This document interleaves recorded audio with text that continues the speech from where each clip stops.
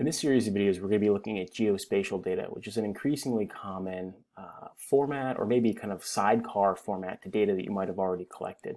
So this is kind of the big motivation here, that data that we might have collected in the past, point of sales data, for instance, or kind of engagement data or something like this.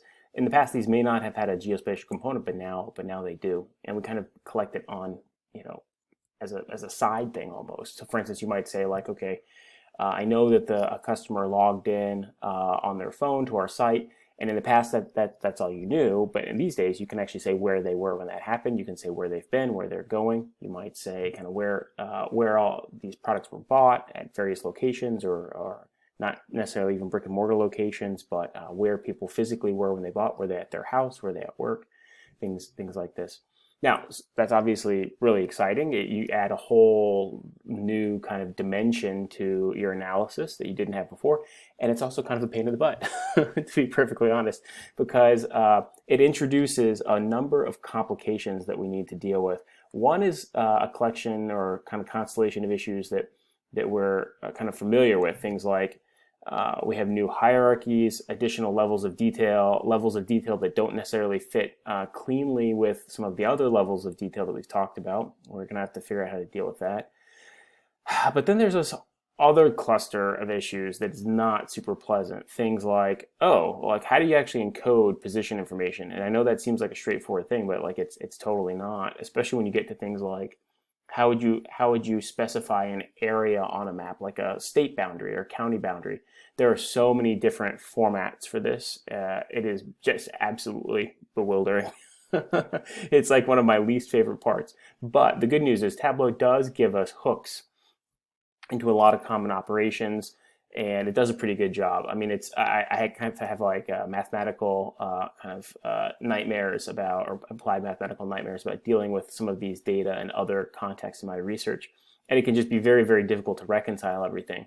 This is one of the big kind of advertisements for a platform like Tableau, where you've basically outsourced that to Tableau itself. That you're trusting that some engineer that's getting paid to do this has done all that reconciliation appropriately, as opposed to having to do it yourself. So that to me is really, really nice.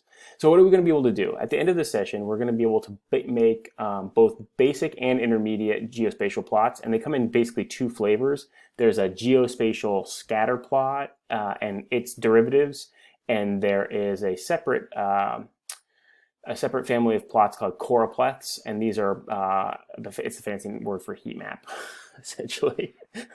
But we have basic and intermediate versions of both of these, and then we have bells and whistles that normally we would consider these things chart junk, but in the land of geospatial data, they actually provide a lot of important information. So remember, chart junk in typical visualizations is ink on the visualization that does not contribute to the message of the visualization.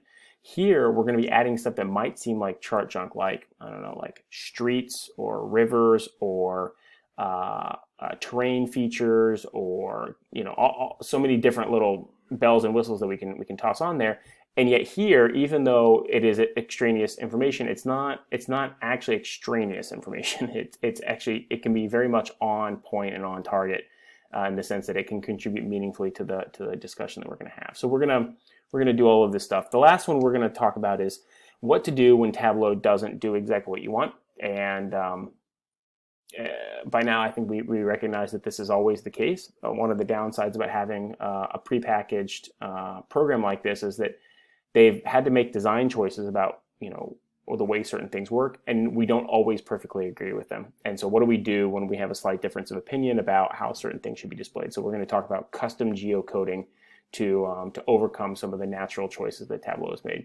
But at the end of this, we'll be able to really kind of make some visualizations with geospatial data that sing. And then in particular, we're going to start combining these geospatial visualizations with kind of more traditional visualizations, in that way kind of have a way of giving the user or the viewer a more complete picture across, not necessarily just space, but also space and time and product category, or kind of some more abstract level of detail or dimension to really tell the whole story. So stay tuned.